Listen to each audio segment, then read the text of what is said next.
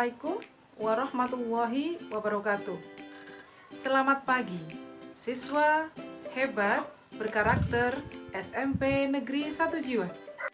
Pertama-tama marilah kita panjatkan puji syukur kehadirat Allah Subhanahu wa Ta'ala yang telah memberikan rahmatnya kepada kita semua, sehingga pada kesempatan ini kita dapat melaksanakan kegiatan MPLS, Masa Pengenalan Lingkungan Sekolah.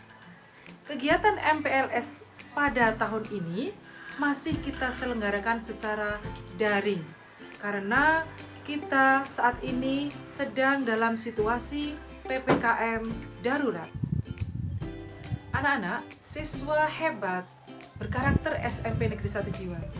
Walaupun MPLS ini kita laksanakan secara daring, Ibu harapkan kegiatan ini dapat kita laksanakan secara baik dan tidak mengurangi sedikit pun makna dari kegiatan MPLS ini. Dan marilah anak-anak kita senantiasa berdoa agar pandemi ini segera berlalu.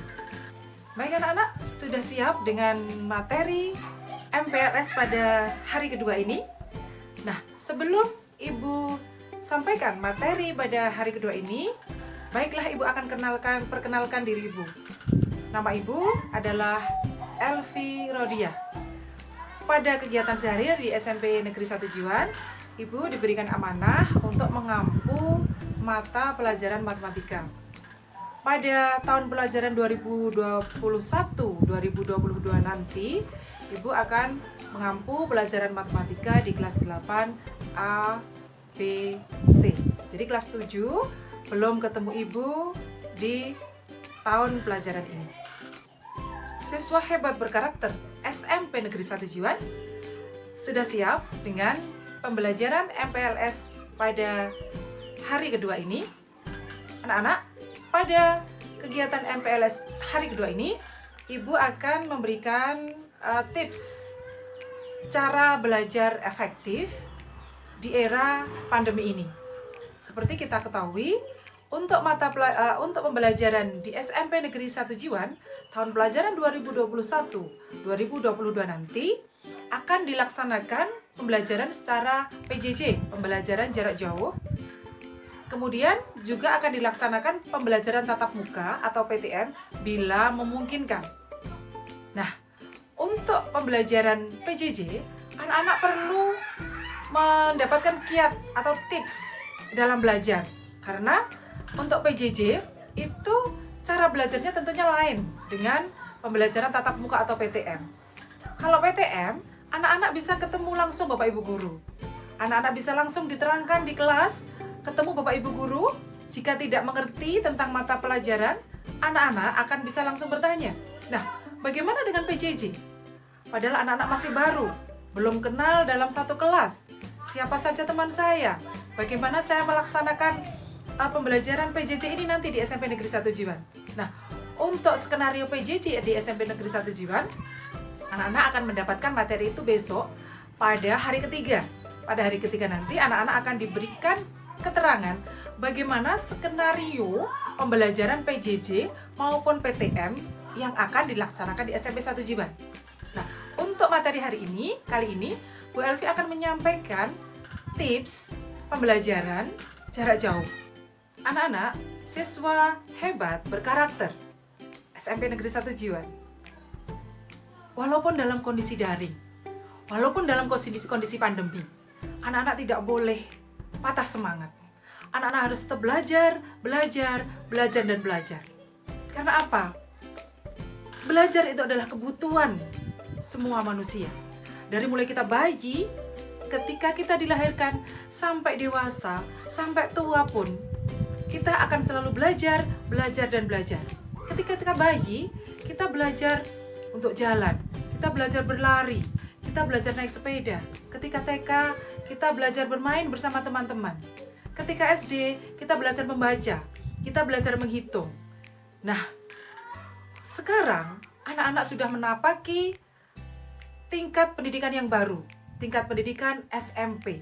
Dan selamat, anak-anak sudah diterima bergabung di SMP Negeri 1 Jiwa. Nah, permasalahannya sekarang anak-anak harus tetap belajar walaupun dalam kondisi pandemi, walaupun dalam kondisi anak-anak tidak ketemu dengan Bapak Ibu guru. Nah, anak-anak, yang pertama yang harus kalian lakukan ketika dalam situasi seperti ini, anak-anak harus menyiapkan mindset. Apa sih mindset? Mindset adalah cara berpikir anak-anak.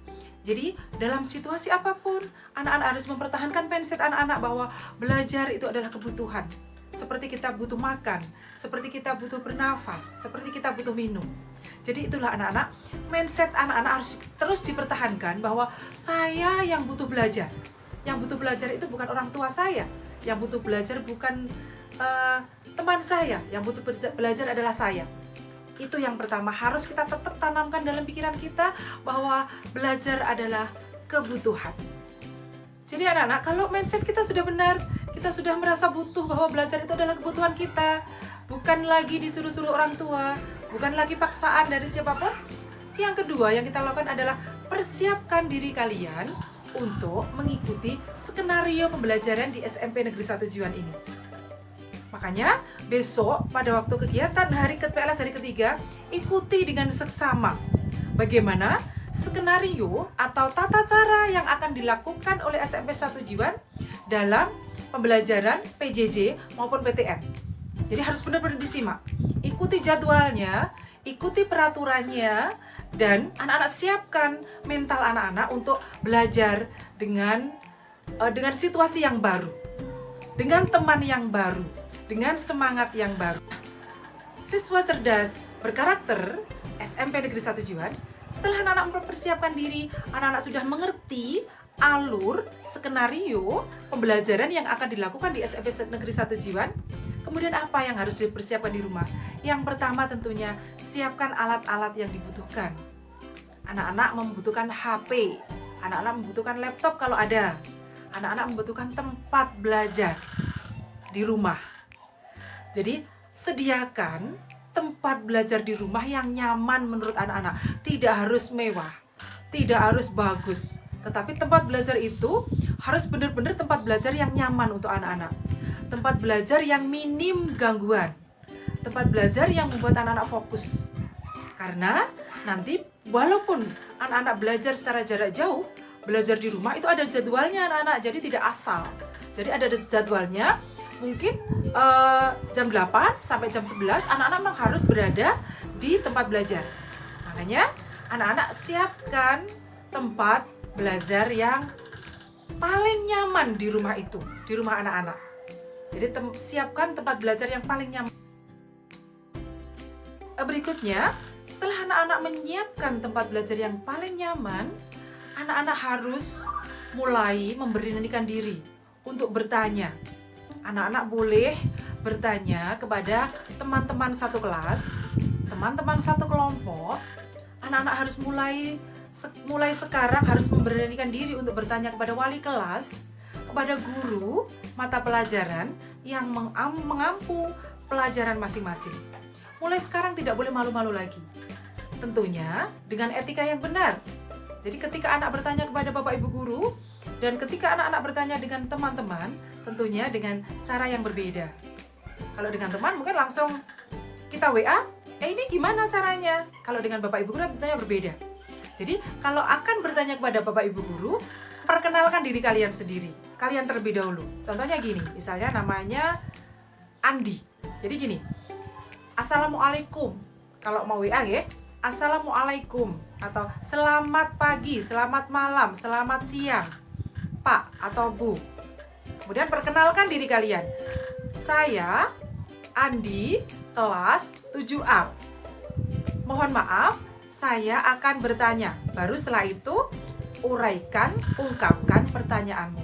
Jadi mulai sekarang anak-anak beranikan diri untuk bertanya jika tidak mengerti tentang pembelajaran, tentang materi yang disampaikan oleh Bapak Ibu guru melalui daring ataupun melalui media yang nanti akan disepakati yang dilaksanakan di SMP Negeri 1 Jiwan.